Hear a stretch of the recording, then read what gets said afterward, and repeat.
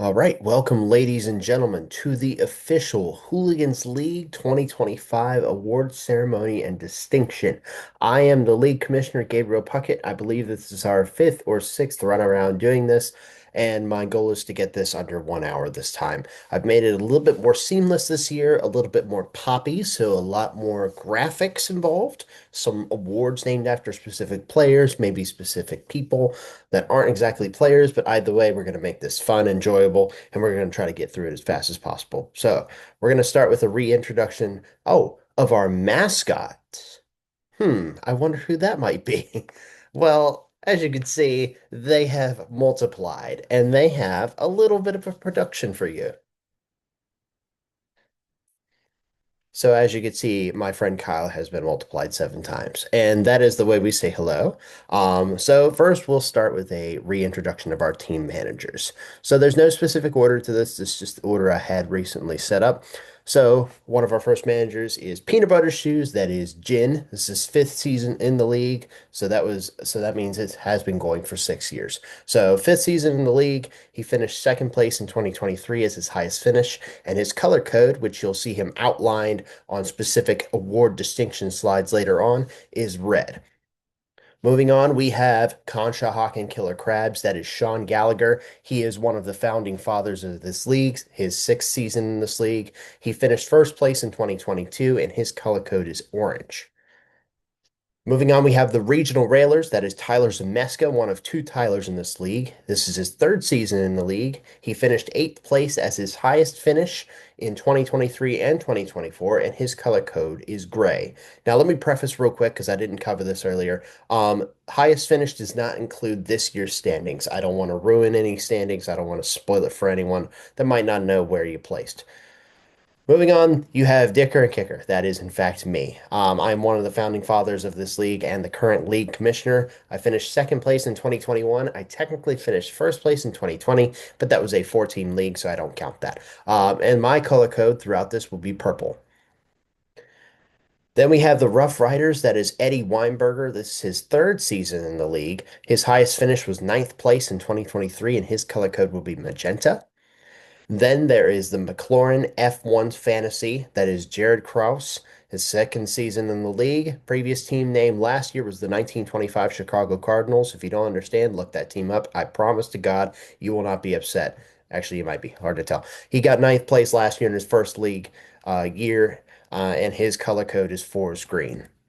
And then we have the Teddy Roosevelt, that is Natalie. Natalie's third season in the league, finished third place in her first year in 2023, and her color code is indigo. Then we have Big Third Down, that is Joe. It is Joe's fourth season in the league. His previous team name last year was Hubba Chuba, even though we thought it was Hubba Chubba. Unfortunate discovery. He finished first place in 2023, and his color code is pink. Moving on, we have Crackers of the Week. That's Dylan. This is his fifth season in the league. He finished first place last year. He is our current reigning champion, and his color code is black. Then we have Team MJ40. That is Matt Jones. It is also his fifth season in the league. He finished second place last year, and his color code is maroon. Then we have the other Tyler of the league. That's the Baltimore Beefcakes, Tyler Murphy. It is also his fifth season in the league. His highest finish was third place in 2022, and his color code is blue. And then finally, we have Off to Grandma, which is Ryan Poyastro Pearson, one of technically four founding fathers of this league. One of them is no longer in the league. I almost said no longer with us as if he were dead. That's not the case. But Ryan's highest finish so far, not counting the 2020 year where there were only four teams to possibly place, was eighth place in 2021, which at that point was last. And his color code is lime green, a change from teal last year to make it a little bit more visible. Okay, so let's get into some season awards and distinctions. So I did this a little bit differently this time. I decided to name some awards after specific individuals in football. So we'll start with the LaDainian Tomlinson Award. I am a Chargers fan, so I'm a little biased. So the team with the most points for, meaning the team that scored the most points among all fantasy teams this year, was Teddy Roosevelt, scoring just shy of 1850, one of our best outings so far in our fantasy history. Now, thus, Being a Chargers fan, you know there's some bad players on your team. So thus the Ryan Leaf Award, the team with the least points for, so the lowest scoring team this year was off to grandma. Ryan Poyaster Pearson scoring 1,336.88 regular season points.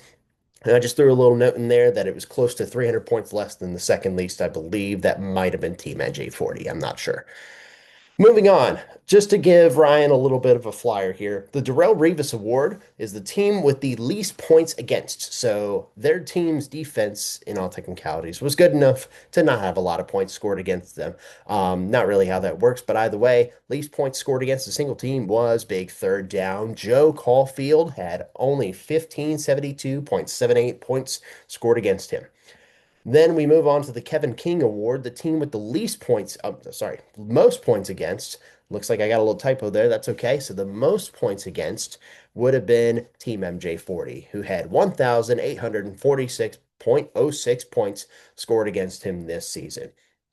Moving on to our 2026 most valuable player. This is not the one that the league managers voted on. That will be done at a later point in this video. This is strictly based on fantasy points and how well it stacked up. So our 2026 most valuable player this year is Christian McCaffrey of the San Francisco 49ers. He scored a 404.9 fantasy points this year, and obviously, since he is at this stature, he was the number one ranked running back and number one ranked player by fantasy point total. So he was drafted with the fourth pick in round one by McLaurin F1 Fantasy, which was the second running back off the board, with Ashton Genty being taken at the second pick. He only had 4 games below 20 points, with his lowest being 9.8 against the Texans defense in week 8. He was top 10 running back in all but 3 weeks, and in total, his yardage count was 1,179 rushing yards and 890 receiving yards. He also had 10 rushing touchdowns and 7 receiving touchdowns, and he was, in fact, last year's least valuable player. He's kind of the Carolina Panthers of a player. He's up and down and up and down. He's such a roller coaster. But either way, all good things have to come to an end, and McLaurin F1 Fantasy did lose to Dicker and Kicker in the championship with CMC on the roster. A little bit of a spoiler there on who may have won this league and who got runner-up, but that's okay. Moving on to the 2026 least valuable player.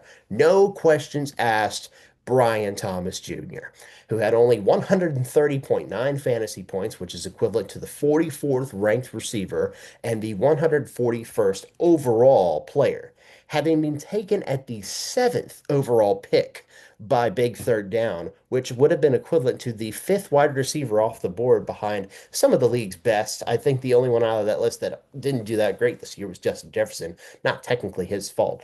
Brian Thomas Jr. only had 1 game above 20 fantasy points, and that was week 6 versus the Seahawks, which is also his only game with at least 90 receiving yards. He was a top 15 wide receiver in only 2 weeks.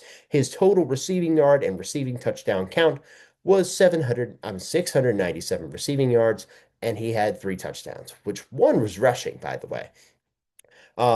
Players that were available at that pick for Joe to take instead, guys like Devon Achane, A.J. Brown, and T. Higgins were all available at this pick. And of course, all bad things must also come to an end, as Big Third Down also lost to Dicker and Kicker in round 2 of the playoffs.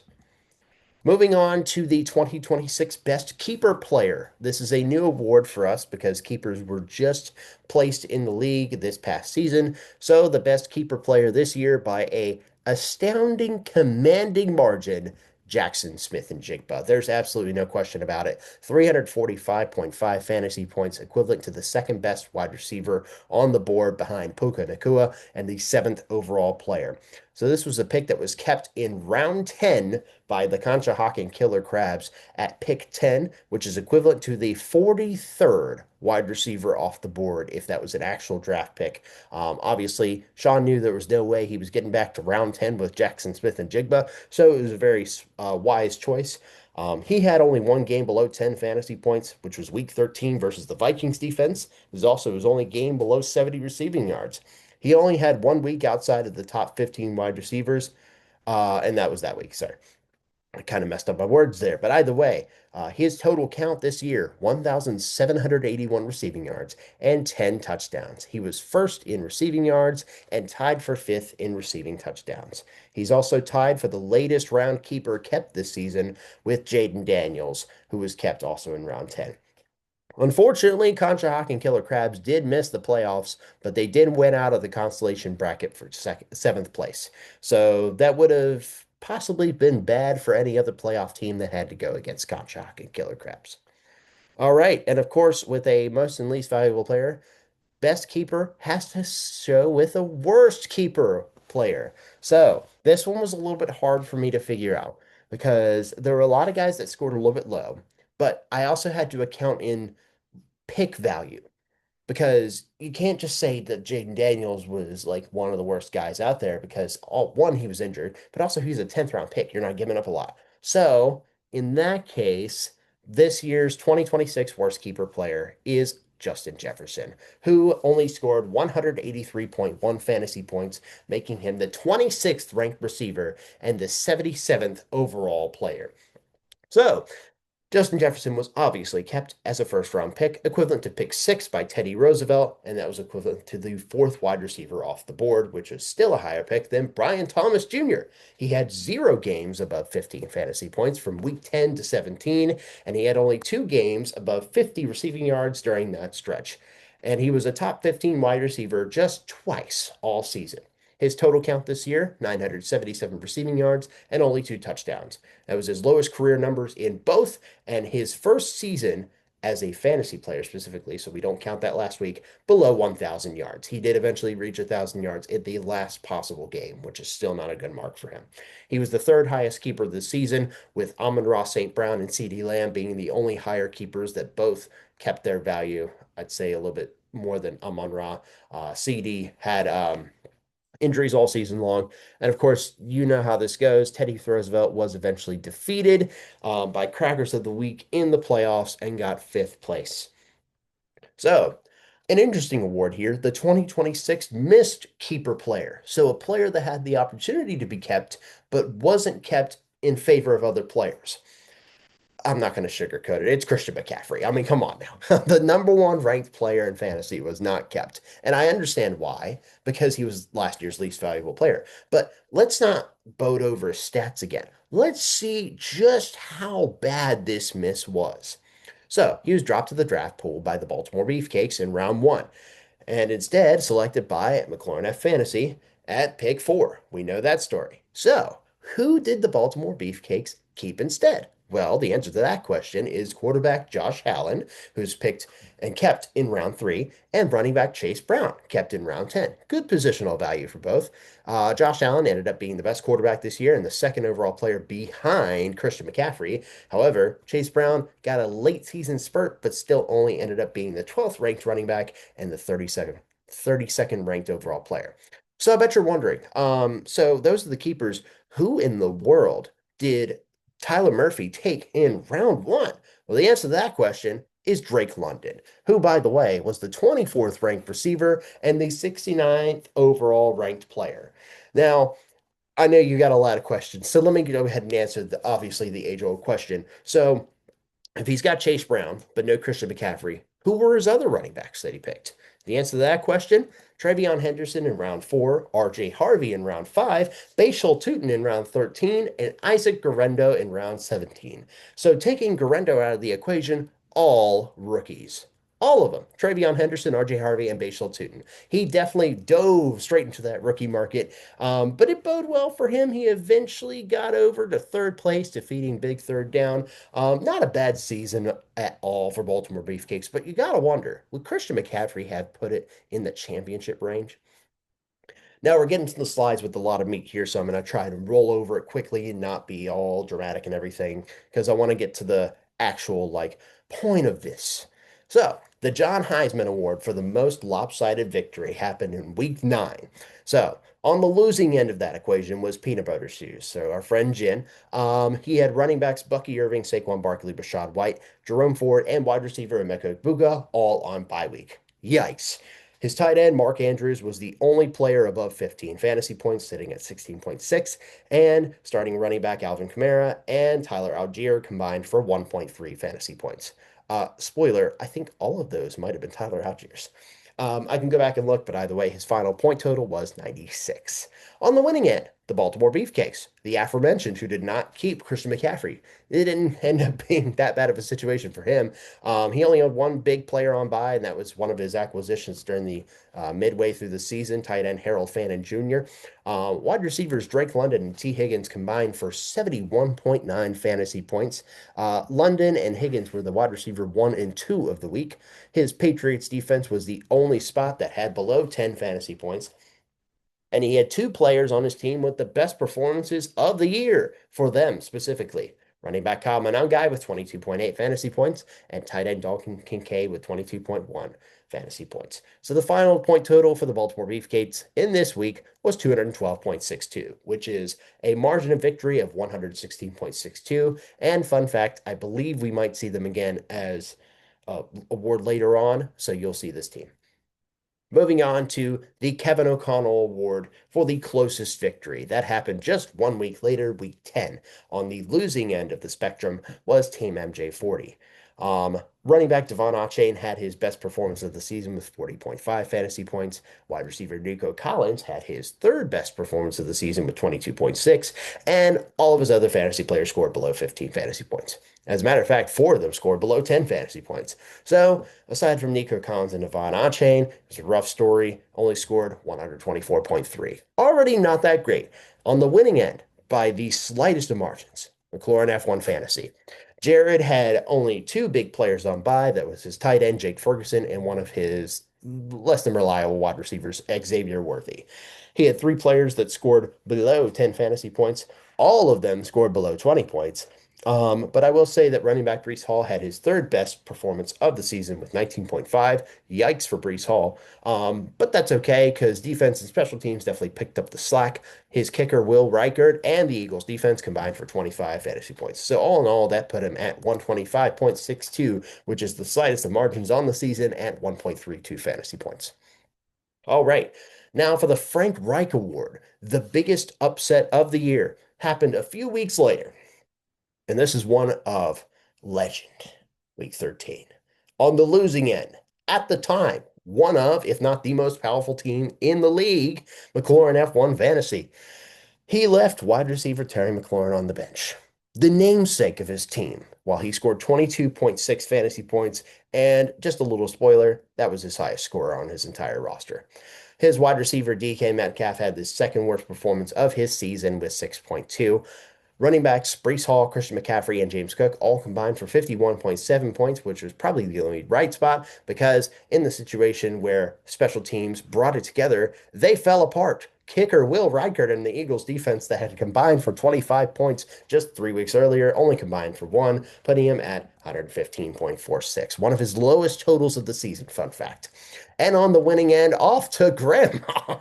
Ryan Poyester Pearson did, in fact, leave a big player on his bench, Chuba Hubbard, who scored 20.4 fantasy points, which was the second highest scorer on his entire roster. But not to worry, he was able to get Kamani Vidal having his second best performance of the season with 20.7, and his special teams and defense were the ones that showed out. Jason Myers and the Jaguars defense combined for 35 points, which was the second best performance for both of them. His wide receivers, Troy Franklin and Greg Dortch, plus tight end Aronde Gadsden, combined for only 11.2 fantasy points, but not to worry, he still pulled out with the win, 120.84 for a margin of 5.38 points. And at the time, McLaurin F1 Fantasy was the best team, and off to Grandma was pretty much the worst team all season long. So definitely a big upset. Now, this would normally be saved for the spot of the best trade and the worst trade. However, there was only one trade this year. So, the Brett Beach Award for the only trade that happened this season. I'm sure everyone remembers how consequential this trade was on that crazy day, November 20th. On one end, the Conshohocken Killer Crabs acquired running back Aaron Jones from Minnesota. So the purpose of this trade was to replace a player that was active on the lineup. I believe that was Nick Chubb. I might be wrong. Sorry, I'm drinking water. But forgot about the veto period. That's okay. They still won the matchup, so it didn't really mean all that much. Um, However, Aaron Jones topped 10 fantasy points only after Sean was eliminated from the playoffs. He was not a top 20 running back while in contention. Week 17 against the Lions, he was running back number 16, and that was the only time he had reached above top 20 running back on the roster. In 5 weeks on the roster, Aaron Jones scored 41.6 fantasy points, which was less than some players in 1 week. So definitely a lost trade there. I wouldn't say it was much better for the other side. Teddy Roosevelt, who sent Aaron Jones to the Conshohocken Killer Crabs in exchange for a quarterback, Baker Mayfield. So I will say that Mayfield, for lack of better terms, fell off an absolute cliff after the trade. He was a top 10 quarterback 5 times from week 1 to 11 and 0 times from week 12 to 17. He failed to score above 20 fantasy points on the roster of Teddy Roosevelt. His highest was against the Falcons in week 15, scoring 19.18. He had 8 touchdowns and 7 interceptions after the trade, and he had 4 of 6 games below 200 passing yards for a grand total of 60.96 points in just 5 weeks on the roster. Now, unfortunately, we do have to pick a winner here. It's a bad trade for both sides, but if you do see the point difference and you take into account the team's playoff positions, you got to give the win to Teddy Roosevelt by the slightest of margins. But I will say, would love to see more trades next year. I know keepers make it complicated, but it makes the league a little bit fun. We have made it through the meat of these slides. We are now getting to the slides that are hopefully going to be fast, and I don't have to dwell on them for too long. So, the Mike Tomlin Award for the team with the best regular season record. I will say I made this before Mike Tomlin was fired. I'm sorry, not fired, stepped down. But he should have been fired either way. So this year's regular season record best was Big Third Down, who had an 11-3 regular season record. Then the Jeff Fisher Award, the team with the worst regular season record, was off to Grandma, Ryan Poyster Pearson, who had a flipped record of 3-11. That tends to be a common theme with Ryan. Now, the Bill Belichick Award for the team with the longest winning streak was a 5 game win streak that was held twice by Big Third Down. This happened weeks 2 through 6 and weeks 10 through 14. Joe had a 5 game win streak. And on the opposite end, we have the Hugh Jackson Award, team with the longest losing streak. And as you could see, we have a two-way tie here. 5 game losing streak for 2 teams. Those teams were Off to Grandma and Team MJ40, who had 5 game losing streaks. Ryan had it from weeks 6 to 10, and Matt took over from weeks 10 to 14. Now, the Peyton Manning Award, the team with the most consecutive weeks in first place. This is a team that was in first place the longest amount of time in a row, and that was undoubtedly McLaurin F1 Fantasy, who was in first place for 7 straight weeks, starting in week 6 when he won over Natalie, and then eventually lost first place to Joe in week 12. On the other end, the Archie Manning Award, the team with the most consecutive weeks in last place. No shocker here. Off to Grandma, Brian Poyster Pearson spent 13 weeks in last place. He won last place over Dylan in week 2 and held it to the end of the regular season. A tough one for sure.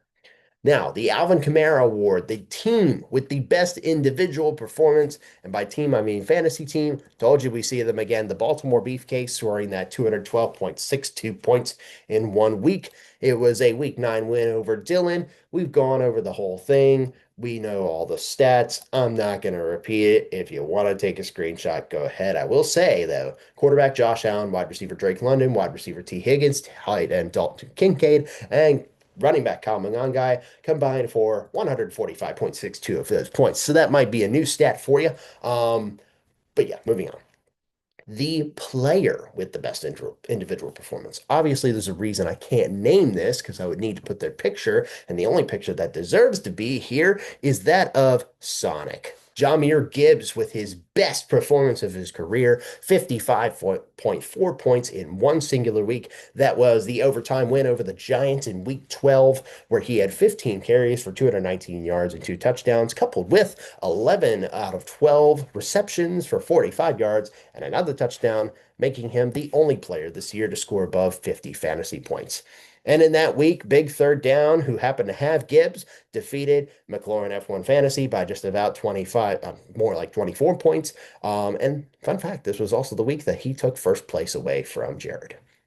Now, the bench player with the best individual performance. There's usually a guy that's just like off the charts, absolutely amazing. We didn't have that this year. We had a guy that very, very, very closely almost got to 40 on the bench.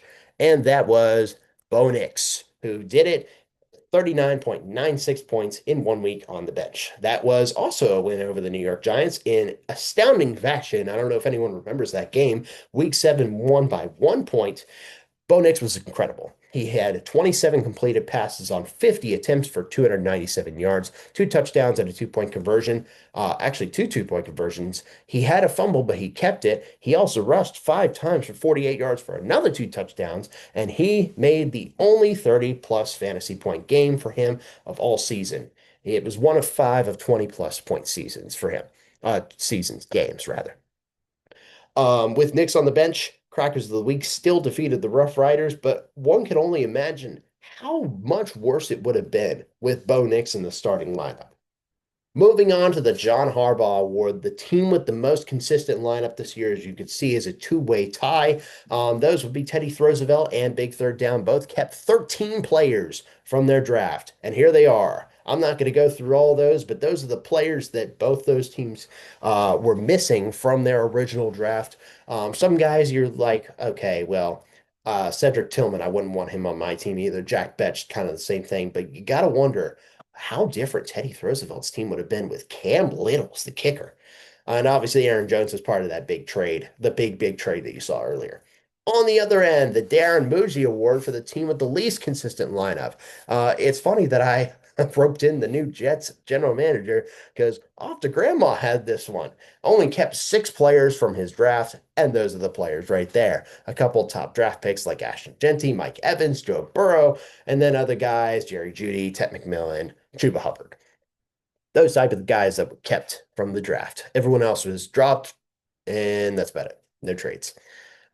Moving on, the Howie Roseman Award, the team with the most player transactions. Now, I have to admit something. I screwed up because one of our motions in the past was to not let any team get above 30 player transactions. That happened to two teams this year. I forgot to enforce it. My bad. It wasn't that crazy. There was no one with like 60 player transactions, but the winner of this award is Baltimore Beefcakes, who had 35 player transactions. Among the notable players that were added were tight end Harold Fannin Jr., his star kicker, Kami Fairbairn, and wide receiver Michael Wilson, who was a late season bloomer for the Arizona Cardinals. Now, on the other end of that, we had the Jerry Jones Award. The team with the least player transactions was Rough Riders, who only had 8 player transactions. Among the notable players added, if you can call them notable, running back Blake Corum for the Rams, quarterback Aaron Rodgers, and the legendary Matt Prater. Now, don't shoot the messenger. This was recommended to me to name this award. So the DeMar Hamlin Honorary Award for the 2025 Survival Pool winner. So this year's Survival Pool winner was Dylan, who was alive until week 10. It happened via a couple of Carolina Panthers situations. He lost his first life in week 9 by using the Packers to beat the Panthers. That didn't happen. Said, you know what? I'm going to go with the Panthers. And that didn't happen either. That's okay. We might be we're going to be doing a different challenge for the Survivor Pool this year. Don't worry, we'll get to that. Moving on to the Lee Corso Honorary Award for the 2025 Pick'em Pool winner. This was the Pick'em Pool where you pick and choose each matchup every week and see how many you get correct. And this year's Pick'em Pool winner was Sean Gallagher, who correctly guessed 141 of 272 picks with a 51.8% success rate. His best weeks were week 1 and 2, where he made 11 correct picks in both weeks. Okay, we're finally done with the awards and distinction. We get to move on to the actual poll questions that I roped in, and we can get done with this and be done. Now, who was the best quarterback this season? You all voted on this. The only time that I voted was once. And there are a couple situations where I'm going to stop and kind of explain things and kind of pick your brain and be like, why'd you vote that guy? But that's okay. So we won't see it here. We're going to see third place to start with one vote was Daniel Jones, who was a waiver wire acquisition by Off to Grandma. Moving on, we have second place, who had three votes for best quarterback this year. That was Drake May, who was drafted in round 13, pick seven by Big Third Down. And also with three votes for second place, Matthew Stafford of the LA Rams was drafted in round 12, pick 10 by the Conshohocken and Killer Crabs. First place for the best quarterback this season with four votes is none other than Josh Allen, who is a keeper kept in round three, equivalent to pick nine by the Baltimore Beefcakes. So your best quarterback is Josh Allen. Moving on to the best running back of the season. Who did you say? Well, we'll start with third place here with one vote, James Cook of the Buffalo Bills, who was drafted in round two, pick nine by McLaurin F1 Fantasy. Second place with three votes for best running back this season, you got to think it might have been first had he kept up the pace. Jonathan Taylor of the Indianapolis Colts, drafted in round two, picked seven by Teddy Roosevelt. And then we've got first place with seven votes, almost a complete sweep here. The MVP of the year, Christian McCaffrey, who was drafted round one, pick four by McLaurin F1 Fantasy. Moving on, who was the best wide receiver this season? I'm going to keep it really easy here. There's only two guys that got votes. So, second place with three votes this season was JSN Jackson Smith and Jigba, who was a keeper in round 10, equivalent to pick 10 by the Conshohocken Killer Crabs. And first place with eight votes, none other than Puka Nacua, who was the first overall pick this year by Rough Riders. Now, who was the best tight end this year? Fun fact, there's only three guys that got votes in this one as well. We'll start with third place, only one vote for Harold Fannin Jr. of the Cleveland Browns, who was a waiver wire acquisition by Baltimore Beefcakes. Wonder who voted for him. Moving on, second place, receiving two votes, was Eagles tight end Dallas Goedert, who was drafted in round 12, pick 12 by the Rough Riders. And then first place, eight votes for the best tight end this year, Trey McBride of the Arizona Cardinals, who was kept in round three, pick 10, equivalent by Dicker and Kicker. Moving on to the best kicker this season. You know, when it gets to this point, there's a lot of votes. So I'm going to kind of fly through the third place votes because there's a lot of one voters. So the first third place vote, Cam Little of the Jacksonville Jaguars, who was drafted round 10, pick 7 by Teddy Roosevelt and finished on waivers this year. Also getting one vote, KB Fairbairn of the Houston Texans, who was a waiver wire acquisition by Baltimore Beefcakes. Also getting one vote this year was Dicker the Kicker, Cameron Dicker, who was drafted round 10, pick 3 by Dicker and Kicker, the namesake. Now, moving on to second place with three votes is Brandon Aubrey, who was drafted round 10, pick 1 by Crackers of the Week. And then our first place kicker, the most votes a kicker has ever gotten for first place, yes, including Brandon Aubrey, Jason Myers, who was a waiver wire acquisition by Off to Grandma, probably one of Ryan's best ever waiver wire acquisitions, maybe outside of Darnell Mooney last year. Oh, wait, that was a draft pick. Maybe I'm thinking of someone else. Either way, moving on to the best defense special teams this season. We'll start with fourth place. We had a lot of votes in this one. So one vote for the Jacksonville Jaguars defense, who was a waiver wire acquisition by the Baltimore Beefcakes. Another fourth place, one voter, the Buffalo Bills, who was a waiver wire acquisition by Big Third Down this year. Moving on to third place with two votes, we have the Philadelphia Eagles defense, who's drafted round 8, pick 9 by McLaurin F1 Fantasy. Moving on to second place with three votes, we have the Houston Texans defense, who was drafted round 9, pick 10 by Dicker and Kicker.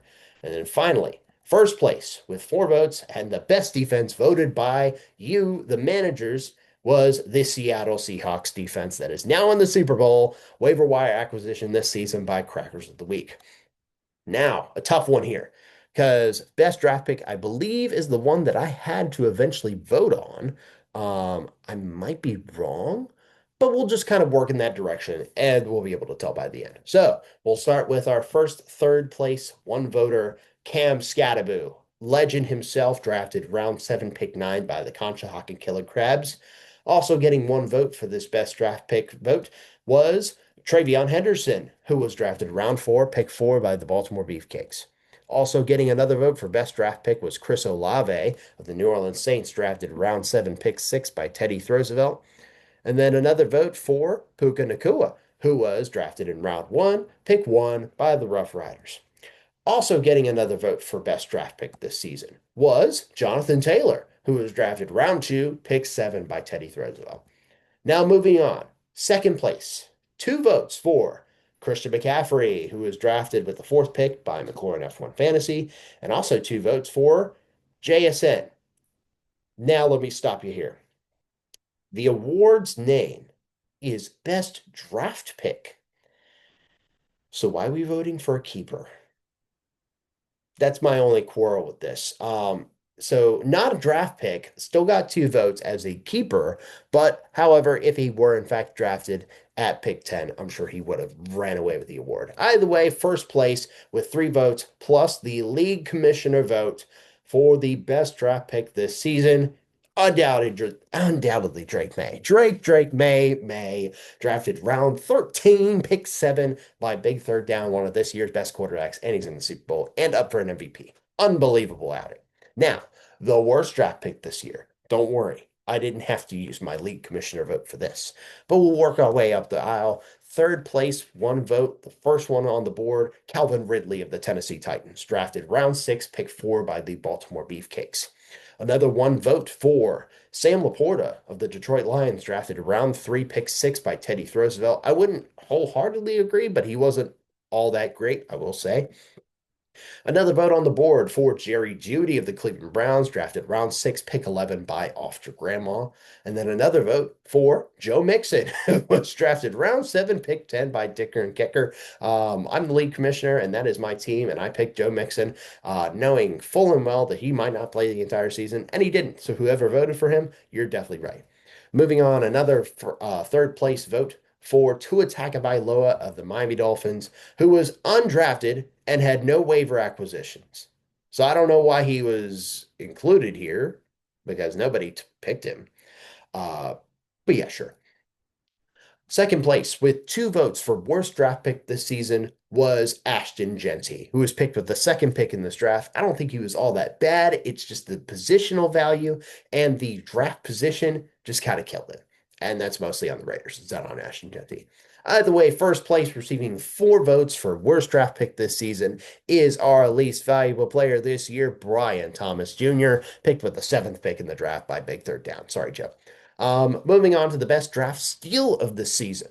We'll start off with a third place vote here for Chris Olave, picked in round seven, pick six by Teddy Roosevelt. I wholeheartedly agree. You can thank Tyler Shuck for that.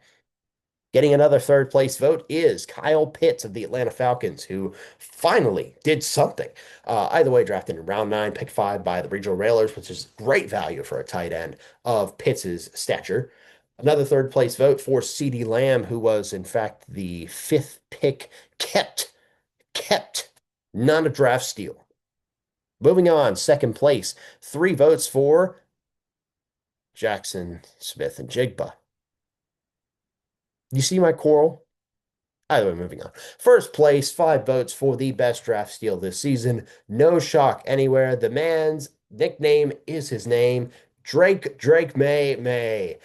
Drafted in round 13, pick seven by big third down. You know the story, you know the man, you know the legend, you know the Drake May. And he is this year's best draft steal and one of the best quarterbacks of all time. Not really.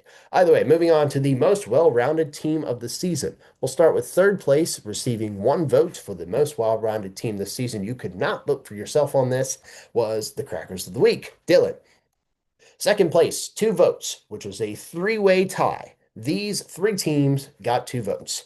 Teddy Roosevelt, Dicker and Kicker, and Big Third Down, two votes from your fellow competitors. However, this year's most well-rounded team with four votes was none other than McLaurin F1 Fantasy, who lost in the championship.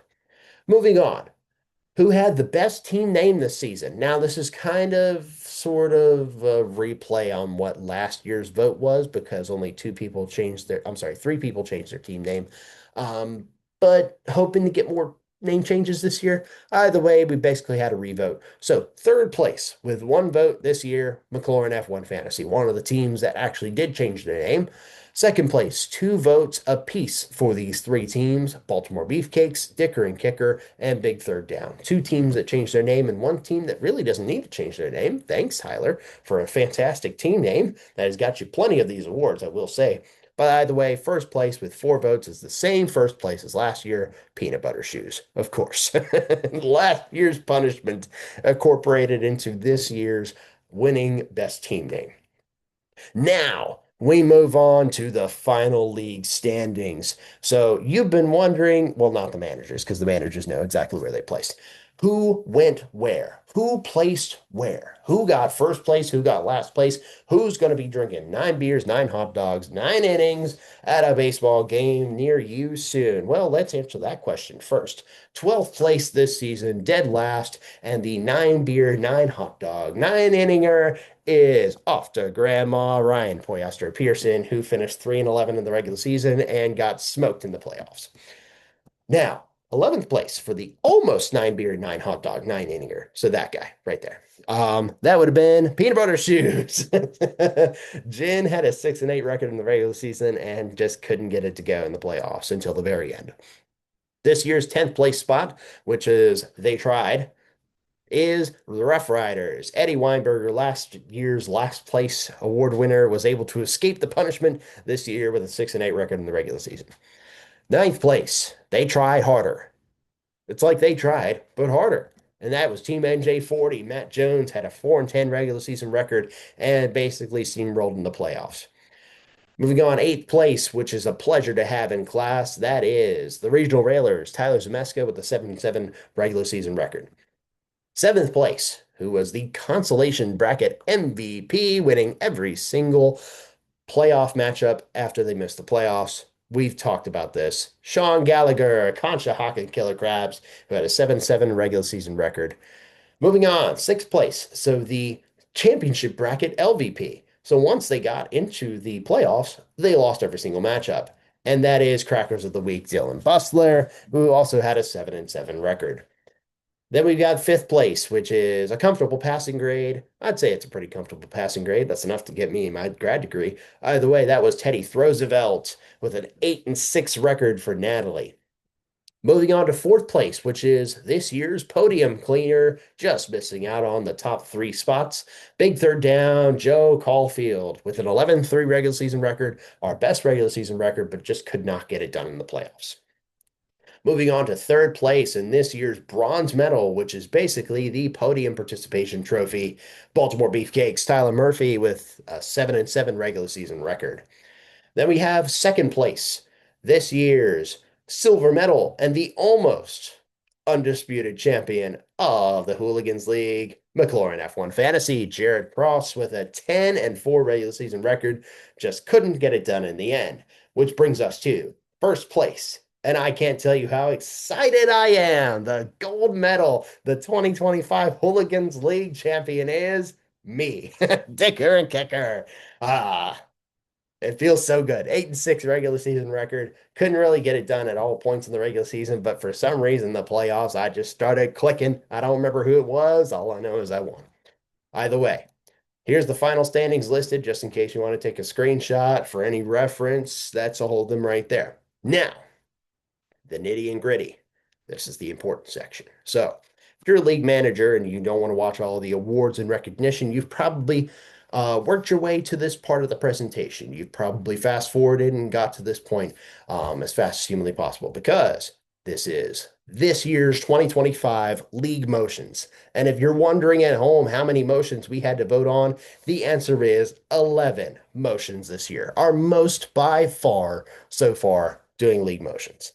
So we'll go ahead and get started with the obvious motion number 1, the reverting the league format back to ESPN. Now, here's the situation. This is the 2nd straight year that this motion has been pressed forward, which means if it is a failed vote, the motion will be suspended for next season, which means the earliest that we can vote on it again will be the season after next, if it is pushed again. So the final result of this is it is a failed vote by a vote of 1-10, which means the Hooligans League will remain on the sleeper platform until the 2027 NFL season at the absolute earliest when the motion can be proposed again. There will be no active rule changes or league motions that will be affected by this ruling. Motion number 2 is the institution of an extra weekly matchup against the league median. This motion passed by a vote of 6-5. So what's going to happen with this? There will now be an extra matchup each week against the league median that will factor into your record. So each team every week above the league median, win or loss, will receive an extra win on their record each week. And consequently, each team below the league median, win or loss, will receive an extra loss each week. And I'll keep track of that. I already keep track of league median each week anyways. But there is a setting that I can toggle in Sleeper already that will kind of track it for us. So to make life easy. Moving on, motion three, which is restrictions against how long a player can be kept. So not keeping a keeper forever. Apparently nobody was a fan of that.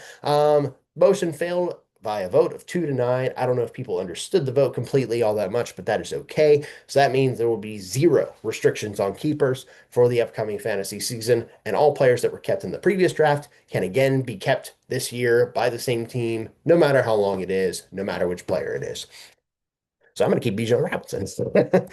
Motion four was the new $5 buy-in format for the Pick'em and Survival pools. So this would be in the situation that we have the Pick'em and Survival pools. You would need to pay $5 to participate. And this was a vote that was passed by a vote of 9-2. So what's going to happen is those will now be put in place with $10 covering payment for both pools. It will not be required, and a winner takes all style. So it won't be first place gets this much, second place gets this much. No, once you put your $5 in, if you win the thing, you get all the money. That's how it's going to work. These dues will be collected under the same deadline as the regular league season dues after properly gauging interest, and anyone who does not pay dues for these pools will be automatically disqualified from them after the league dues deadline on Thanksgiving Day. Reminder, you are not required to do this, so that is completely up to you. I'm going to be doing it. A couple of the people have expressed interest. It might be like a $15 pot. I'm hoping we can get to 60. That'd be fun. There might be a little bit of an incentive that I'll mention later on, but we'll get there eventually. Motion five, which is the points boost, 6 fantasy points instead of just 5 for a kicker that makes a field goal within 60 to 69 yards. And that motion was passed by a vote of 10-1. So that means kickers in Hooligans League will now be rewarded 6 full points for a field goal between that mark, and the previous mark being 5 will now be changed. So, motion six, very similar to motion five, a points boost to 7 fantasy points for a kicker that is able to make a 70-yard field goal. With Cam Little entering the league and Brandon Aubrey increasing his power, we're getting dangerously close, ladies and gentlemen, which means this vote also passed by a vote of 10-1, same vote as last time. And it just means that 7 full points will be awarded for field goals that are at least 70 yards. And I'll be able to toggle that in the settings. Moving on to motion 7, the repealing of the second flex position. This vote passed by a vote of 6-5. So what this means is that the second flex spot is now gone. It will be completely eliminated. So now there will be equivalent to 12 more players added to the available player pool due to the eliminated roster spot. And to couple up to make sure we don't add an extra bench spot, there will be one round of the fantasy draft that will be eliminated to balance it out. So that'll make the draft a little bit quicker as well. Moving on to motion 8, waiver wire day being shifted from Tuesday to Wednesday. Unfortunately, this vote actually failed 4-7. So what it means is the waiver wire processing day will remain at Tuesday. It'll allow people more time to make roster adjustments before the usual Thursday starting date, and there will be no changes that result from this motion.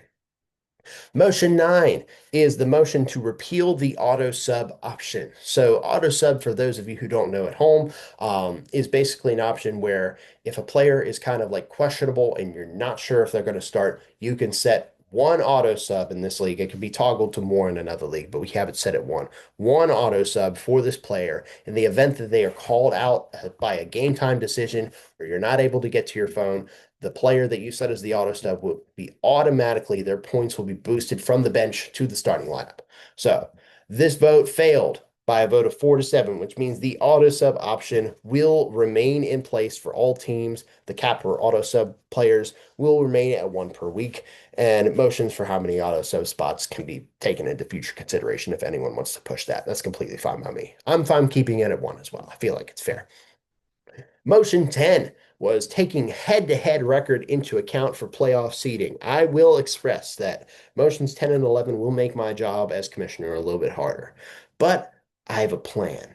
And that's why this vote passed by a vote of 7-4. So that means head-to-head record will now be taken into account for all playoff seeding for future seasons. So total points for will still be used as a mechanism to determine league standing in a general week, as well as secondary mechanism for playoff seeding. AI may be utilized to determine too close to call playoff seeding. So this means, let's just have an example here. I'll kind of glide through this. Example being, let's say one team has beaten the other team twice, but they have a lot less points for, and a couple of other things. I'm going to use AI to determine whether or not that team should be allowed in the playoffs over the other. And I don't want to just use my judgment because my judgment can sometimes be wrong, especially when there's a lot of things accounting into the playoff record, which leads us to motion 11, which is taking division record into account for playoff seeding and merging the four divisions that we have into two. So this motion also passed by a vote of 6-5, which means the division record will now also account into playoff seeding for future seasons alongside head-to-head record and points for.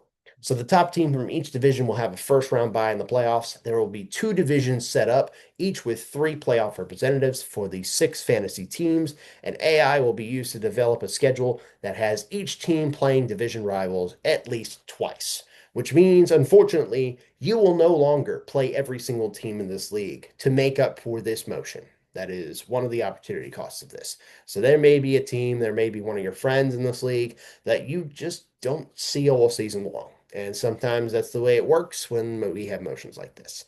So we can vote to repeal it next year, but for now, that'll be in place. Now we are past the motions. It's time for a little surprise, courtesy of me and my friend, Coach Signetti. I introduce the Coach Sig Survivor Challenge. So, nobody really knows winning like Coach Sig. Really, Google him. He wins all the time, no matter what, no matter who it's against, no matter what the stakes are. He rakes in the dough like he owns a pizza parlor. And now you can too, with your potential $5 entry into the Hooligans League Survivor Pool. You are automatically entered into a much higher stakes challenge. And that is the Coach Sig Survivor Challenge. So, as previously stated, whoever is in it's the last standing in the survivor pool wins the entry fee pot with a maximum value of $60. So that $60 will happen if we get all 12 teams on board participating and entering their dues. So if you're able to stay alive for the entire 18 weeks, not 8 weeks, 18 weeks, you will win the Coach Sig Survivor Challenge and an extra $100 directly from me, the commissioner, because Coach Sig and I are not friends and he can't give me money. Now, to up the stakes even more, if you're able to survive this season in the entire 18 weeks with both of your lives left, the total winnings from the entry pot and the $100 challenge bonus will be doubled. That is a maximum value of $320. And I am sticking to this. I've got money set aside ready for this. I am so excited to get this involved. I want to get more people working in the Survivor Challenge because I feel like we've only had maybe 6 of the 12 teams involved. Let's get everyone in. All you have to put in is $5. That's it. $5 for a potential 320. That just seems like a bargain to me. And the worst you lose is $5. So I hope everyone's able to participate in that. That's a little thing I wanted to add this year. If for some reason I forget about it, I'm not going to forget about it. Just remind me. I'm going to be collecting dues kind of the same way I did with other things, which brings us to the next season loading. So the 2026 Hooligans League draft will be held in late August or early September, usually after a lot of rookies have signed their rookie deals. And as always, the draft order will be in reverse of league standings, pending trades or punishments. So the league will soon be reset after I'm able to post this and after I'm able to get everything set up, which means once the league is reset, you will now be able to set keepers for the next year. You have 2 keepers allowed per team, and you do not have to use both keepers. We had a team that used only 1 keeper last year, and it turned out fine for them. So it's up to you if you want to keep 2 players on your team. Pick and choose wisely. That's all I could say. League dues of $25 per manager will begin being collected after the draft. They'll be due on Thanksgiving Day. Feel free to send it now if you want. I don't require it right now, but I'll keep it into account. I keep track of it all the time. So if you want to send your league dues now, just to get it out of the way, that's completely okay. If you want to wait till the last possible day, Thanksgiving Day, that's completely fine too. I have no problem with it. So the entry fees will pick with Pick'em and Survivor pools will also now be accepted. It's $5 for each participation in Survivor and Pick'em pools were $10 for both. And that is not required. So you do not have to do that if you do not wish to participate. But just remember the Coach Sig challenge is in effect here. There will be new league edits that will take place soon. So that'll be the new divisions, the new schedule, point boosts for the kickers, playoff brackets, repealed positions, and the league medium matchup setting will be introduced into the league pretty much as soon as I'm able to reset the league. So and last thing, I'm also accepting all new punishment ideas and motions for the new league year. There will be a new survey to select the league punishment available closer to the NFL season. I'll be taking ideas up until then. I'll also do like a kind of a Dropbox way, another survey before we do the big one to select the league punishment, kind of how we did last year and the year before, where I can get everyone's ideas. So hope you're able to participate in that. Hope you give me some good ideas. If not, the internet's pretty good tool. I'm able to find a lot of useful ones through there. But anyways, special thanks again to our mascots, all seven of them, ready to do another dance for you as we end our presentation. Doing another little dance. Kyle, and Jeff. No, I'm just kidding, Kyle. And then a last little one right here. Thank you for joining us. This has been the 2025 Hooligans League Awards and Distinction Ceremony. I am League Commissioner Gabriel Puckett. I'll see you later. Thank you.